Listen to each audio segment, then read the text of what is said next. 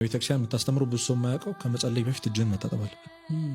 ንጹህ መሆን አለብህ። እጅህን ታጥበህ ፊትህን ታጥበህ መጸለይ አለብህ። ምን ይላሉ አቡነ ሽኖዳ ሰው ይሄንን ሲያነሱ ጠዋት ስትነሳ ምናልባት ሁሉም ሰው ተኝቶ ሊሆን ይችላል። ከማንም ጋር ተነጋገር። የመጀመሪያው ከአንደበትህ የሚወጣው ቃል የአምላክህ ስም ይሁን ይላል። እስከ ጸሎት በፊት ምንም አይነት ነገር አታርግ። ስልክህን አትንካ። አይነህ የመጀመሪያው ማየት ያለበት ነገር የጸሎት መጽሐፍህን ይሁን። ጆሮ መስማት ያለበት የእግዚአብሔርን ቃል ይሁን። አንደበት ማውራት ያለበት ከእግዚአብሔር ጋር መሆን አለበት። ምክንያቱም በንጹህ ልብ ነው የምትነሳው። ጠዋት ያደረካት ነገር ነው ባይዞ ሙሉ ቀንን ሊያበላሸው ሊሰራው የሚችል። ከእግዚአብሔር ጋር መዋል እንዴት ያለ ነገር ነው! ያለ እግዚአብሔር መዋል ደግሞ እንዴት የሚያስፈራ ነገር ነው! እዚህ ጠዋት ስትነሳ እጅህን ታጠብ። ማንንም ሳትቀሰቅስ ነጠላህን አድርገህ አንድ ቃል ያ ሰው ቢያናግርህ እንኳን አትመልስለት።